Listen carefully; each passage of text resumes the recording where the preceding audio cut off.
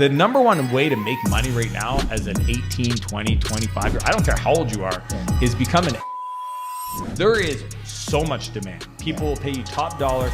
Dan Martell is a renowned Canadian serial entrepreneur, investor, and business coach. Who has founded and successfully exited 3 technology companies. Author of the Wall Street Journal best-selling book, Buy Back Your Time. I've been publishing on YouTube for 9 years. Every week. I've never missed a week. We were at 70,000 subs before. Now we're almost at 1 million in 18 months. It was really that decision to say,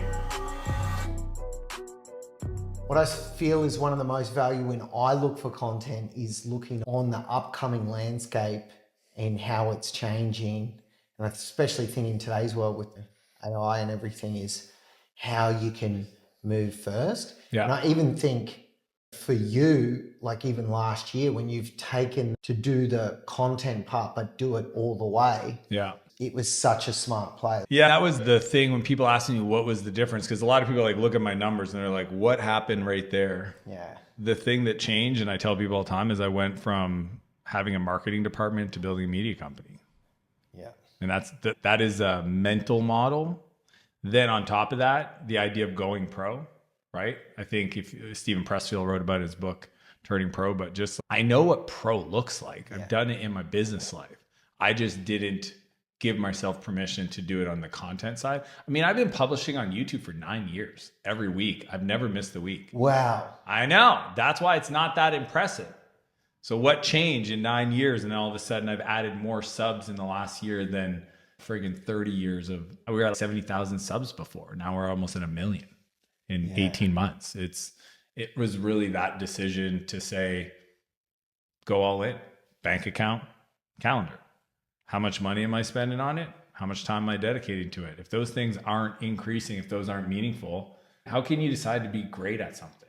And that was really just the conversation I had with myself. And on talking to friends like Hermosi or Sanchez or all these other people online that had gone prior, I was just like, I'd seen what they did and was just so impressed. And that's why I think brand is the most interesting part.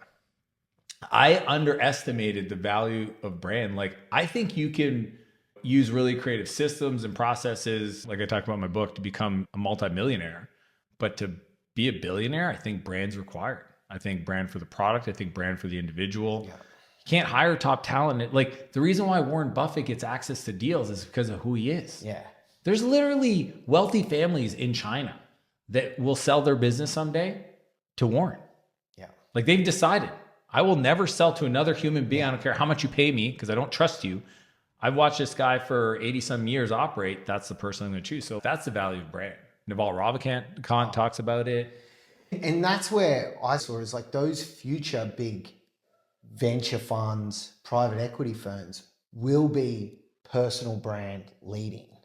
It's just more efficient. This is the conversation I had with my friends creating content. And the terminology we're using right now is attention for equity, right? So like, how do you take, it's a lot, it used to be venture resources or venture capital, but it's like venture attention.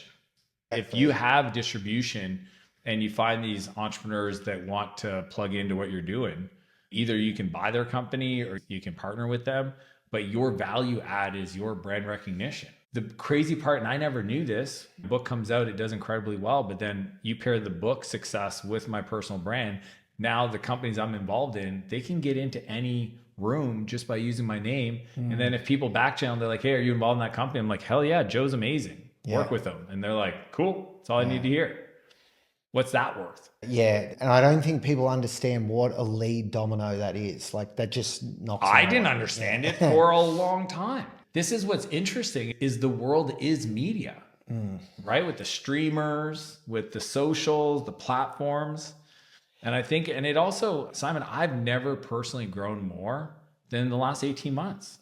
You stick a phone up and talk to it, and then every insecurity comes up, every mean comment comes up, every hater. Like, it's a challenge to do it. I think most people don't do it because they're scared about what people are going to say. They're scared. What if I put something out there? Now I'm committed to it. Yeah. If I tell people I wake up early, now I got to wake up early. Exactly, you know what I mean? Yeah. So there's a lot of fears, but I think social media for me became the ultimate personal development program. So in many ways, it has economic upside I didn't anticipate, but it also had just personal growth that also came with that. And I definitely did that when I posted my first video. I remember the fear, and the only person that liked it was my mum. And then I panicked and deleted it, and then didn't do it again for months. But it was this feeling of, I've got hundreds of millions of dollars in the bank. I got this, but I'm starting at zero. Yeah. And it was a very hard pill to swallow. But I do think you're right. There was so much growth in that, in just leaning through the 5 Dude, likes, all of the it. 10. The insecurity Yeah. is what I'm saying even valuable? Or Yeah. what if I say something that somebody else calls me out on that's wrong? Yeah. What if I give advice to somebody and it's hurtful and I didn't mean to be? Yeah. Like, I get it. I get those fears, but man, you get one of those emails from somebody you've never met, or somebody comes up to you, dude, I was in Surfer's Paradise yesterday and some guy ran across the street, shook my hand and said, thank you and I'm just like, okay, that's cool. I don't know. I think if you want, like, the other big kind of belief that I had shattered for me was, here's this vision for my life I want to create in all aspects. And I'm like looking at this thing. And it occurred to me that the most valuable thing that I can bring to that, the thing that I need to do to make whatever all this stuff achieve, is be able to solve problems. Yeah. We were just talking about that earlier. Like, the ability to solve a problem, financial, operational, technology, whatever, is the thing. What's the leading domino to being able to do that? It's knowing who, because I can't learn it all. Yeah, There's exactly. not, I don't have enough time to read all the books, to study all the stuff, to become an expert at all of it. So then it's knowing who are the people that are best in class in the world that can solve that problem. And they want to take my phone call. Exactly. Yeah. And the brand for me just seemed like such a logical, hey, if I can go create value in people's lives ahead of me ever showing up in their life through the content, that's a really good strategy. I had my friend Justin this morning message me and he's, dude, my 20-year-old son is listening to you on his iPad and I can hear him. He said, thank you. And I was just like, hey, Justin's somebody I really admire, like somebody I look up to. So like that I can help his 20-year-old son. Yeah. That's crazy. So I think that's the world we live in. And I feel a little late to the game, but I'm trying to do my best to catch up. I suppose that's the beauty of today's world. Like, the follower count is so not irrelevant. It's zero, the momentum. zero. It's literally Yeah. a person with 0 followers and me with millions has the same probability of going viral, building an audience. It does not matter. It's a vanity metric. And that's new. Yes. In the last year and a half, 2 years, that your subscriber count means nothing. Create great content for the platform. The platform will reward you. And that momentum is, I think that's what you've cracked, and you've been able to fuel it with enough, which I think that's where so many people go wrong, is they just realize the volume of to get that. It's hundreds of pieces of content per month. Yeah. Right. And if you're trying to create it, it's a lot of time. Yeah. My philosophy is I'm going to live my life, document it, capture pieces. Now, I'll co-create with Sam, who's here, my creative director, where he'll give me some cues and he'll say, hey, the stuff we do with the kids, like I was doing a bunch of charity stuff behind the scenes that nobody saw. He said, could we do it in the studio downstairs in the theater room and record some of it? Because some of the questions I see you answer, I think other people want to hear those things. So we just took things I was already doing, but changed the container that made it incredible content. Yeah. So even my book meetup, I used to just literally pick a coffee shop, go to a city, say I'm going to be here, and everybody would come and we'd hang out and drink coffee and talk about the book. Now there's a bit more structure. Why? That structure creates the content that goes viral. Yeah. So you have to like really be a student of the platform, because Mr. Beast talks about this on YouTube. A YouTube video is completely different than a TV show, completely different than a clip. YouTube has a specific type of video it enjoys. You have to edit for that. The viral reels, like a Facebook viral reel, might be a little bit different than a TikTok versus an Instagram, and understanding what those things are. Because that's what the algorithm does. It's kind of neat. It puts you in a penalty box. I've seen this several times.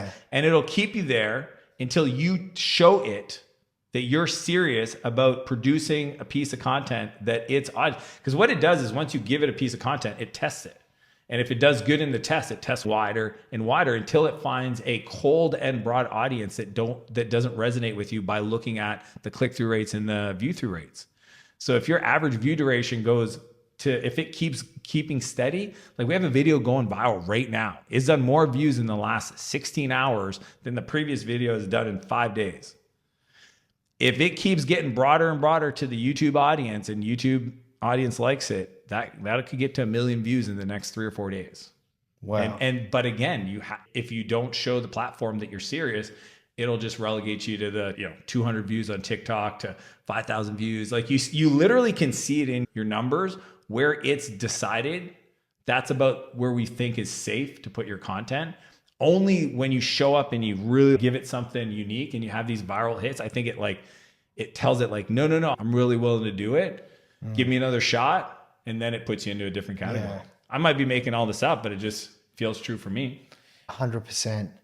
And so if we go out to the bigger picture, when I saw like yourself and Alex Hormozi, and I sold to private equity, and I going through the whole process, I was like, there's so much inefficiency in it. They have the junior guys reach out and it's built on no They're trust. salespeople, yeah. Yeah, and they're asking for all this information and it takes forever to get a deal done, where I feel like that's why this personal brand will be so valuable, whether it's venture, whether it's private equity, is because it's not this reach out. It's they're coming to you. They're along that journey. They're getting value. You've already built the trust.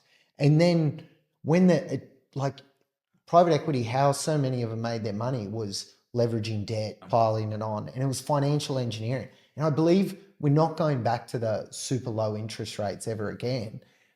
That it's had its day, but I think that attention measure is actually where so much of the value creation is going to come, not the financial engineering. No, there are a few venture firms like Andreessen Horowitz, Mark Andreessen and Ben Horowitz figured this out in the Valley. And the idea of creating a personal brand, Jason Calacanis would be a great example with their All In podcast. Like they've understood this for a while. The bloggers of the early days of when I was in Silicon Valley in 2008, like Michael Harrington at TechCrunch, like they understood if you wanted to get access to deals, you had to create value ahead of anybody ever taking your money. And I did. This is danmartell.com. I've been blogging since 2005. So like a long time. Because there was no downside in just sharing with people what you did to be successful or what you're doing right now in your current business. And right now they call it build in public. And it's a trend and that builds reputation. What's different now is making a decision to invest with money and calendar into that. Okay. Because back then it was like one blog post a day or one a week.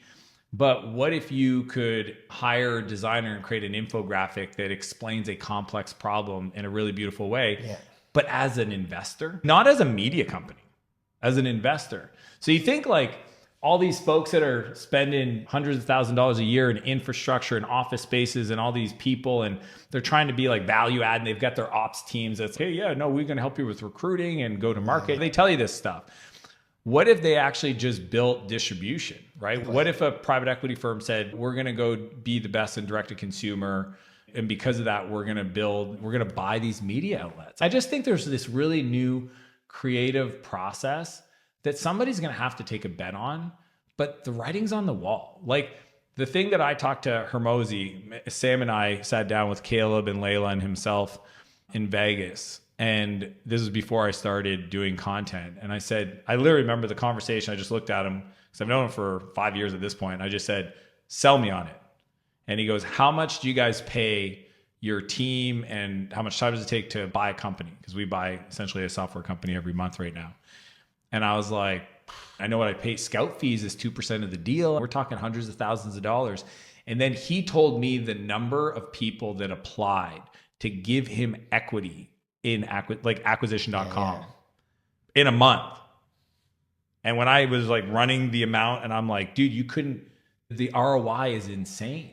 It's all on trust. And if you look at it, I think everything I wanted to build in my life sits on the back end of two things, reach and reputation. Yeah. If you don't have a good reputation, like you do have to fix it. I think that's also something that scares people. A lot of these private equity folks, they don't want anybody to know how crappy they are. No. Dude, they're horrible people. It's completely in the shadows. By design. Because they're the financial engineering, the founder gets booted, there's clawbacks, the pref shares, like all this crazy, weird stuff.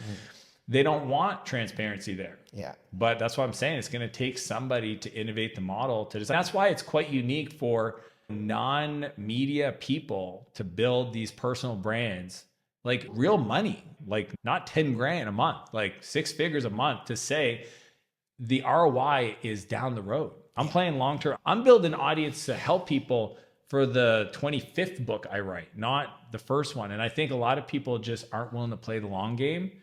And I think that's where the opportunity is.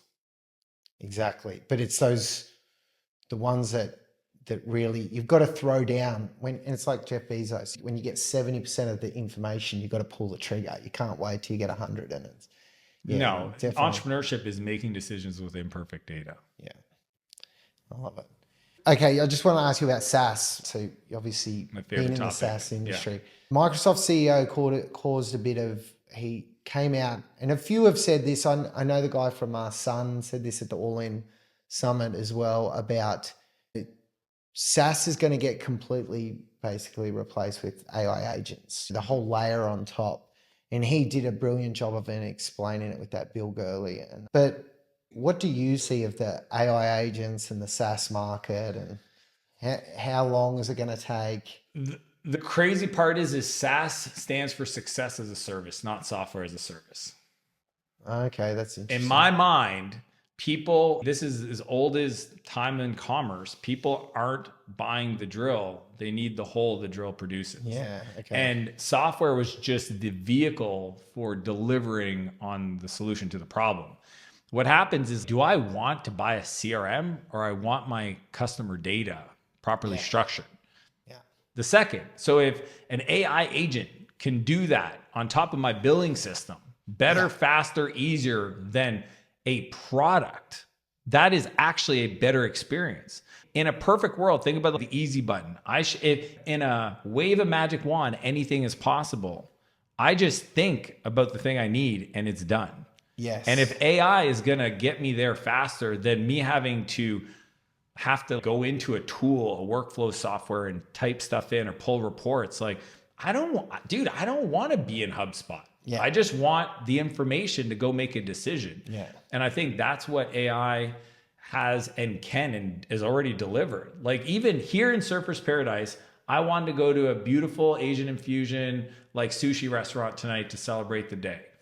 And I paid, there's a new version of ChatGPT that's $200 a month. Yeah. And what it does is it works with, they have access to infrastructure and it prioritizes essentially the learning on top of this massive compute.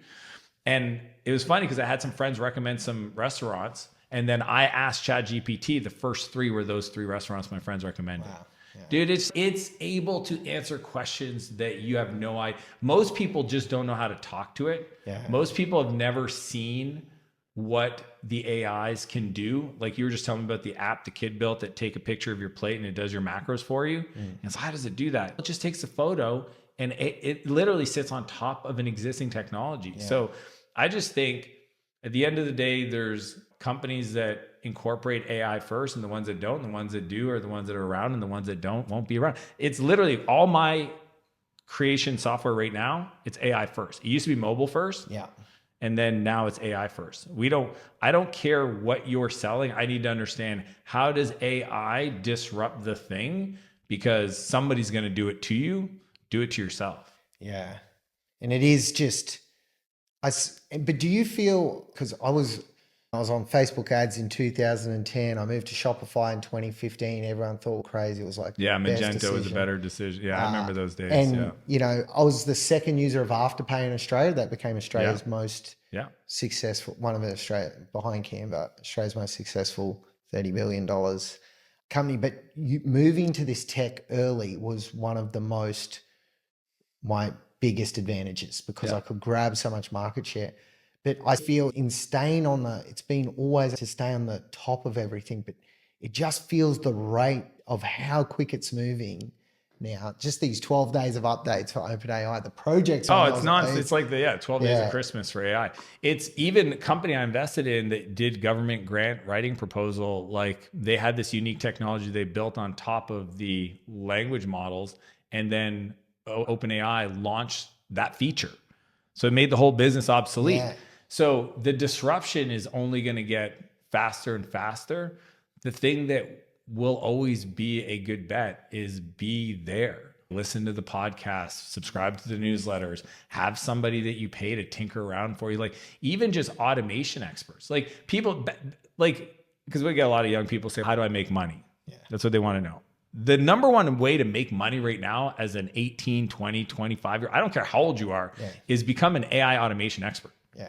There is so much demand. People will pay you top dollar. You come in, you get rid of positions, you automate systems that are just boring. And you don't need to code, just use Make. No, it's just there. You just need to learn how to connect things and plug it together. And every year you're doing this, the AI gets better, you get better, and you make more money. This is the future of business consulting, that anybody can start without going to university, without spending a dollar. Just go on YouTube. Yeah. Available right now. Every electrician built. Everybody, even personal, everybody needs AI in their life. They just need somebody to be that shepherd. Yeah, that's so true. And there's nothing holding them back from learning, and there's no gatekeeping. I've been teaching my kids since October 2022, I think, is when ChatGPT came out. I remember like December, I was asking my kids, are the teachers teaching this at school? And they're like, no. Okay, every night we're doing this. We're going to play with Midjourney. We're going to play with ChatGPT. We're going to integrate this into your life, because I want it to be second nature. I need you to default to go to AI before you go to Google. Yeah. Because it may not be the best today, but it will be in the future. And that habit is a habit that you'll take with you. And just understanding how they can integrate that into their personal lives and then bring it to a workforce. That's a competitive advantage. And are you super bullish on the creative? You said it's like the example of the whole generative. You're going further upstream in the like the idea, the creation, the generation. I'm in the generative video, generative photo, generative wisdom. So essentially, the predictive nature of AI is what's fascinating to me. I see a future, like even as a business coach, I work with very high level 9-figure CEOs.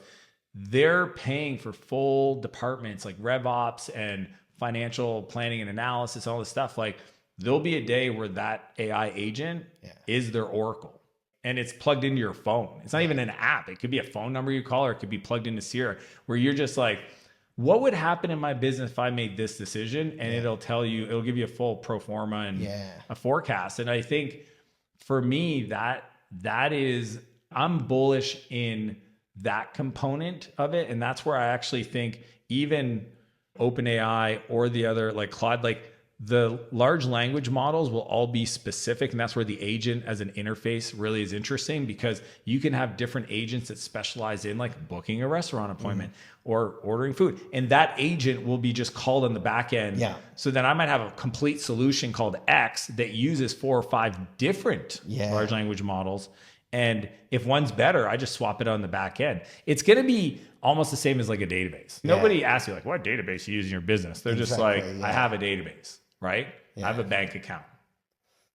Wild times. It's very exciting. But I loved your book. I must have been one of the first to read it. And like any book, great book, I took actions off it. Didn't just read it. And you read the whole thing. I could tell by the comments you made earlier. I was like, oh, you made it to the last chapter. That's really cool. But yeah, it's very important. It's one of those things. But I do think what I love as well is like how you're so health focused. I think this is so much like health is the new flex. Yeah. And it is so crazy that so many people will be successful, but then destroyed their health. Dude, they have no energy. Like a lot of people are rich and they're poor in every other aspect of their life. Yeah. It's like a long time ago, I had a mentor say to me, it's all about your bank account and your belt buckle. Like belt buckles don't get bigger and your bank account doesn't go down.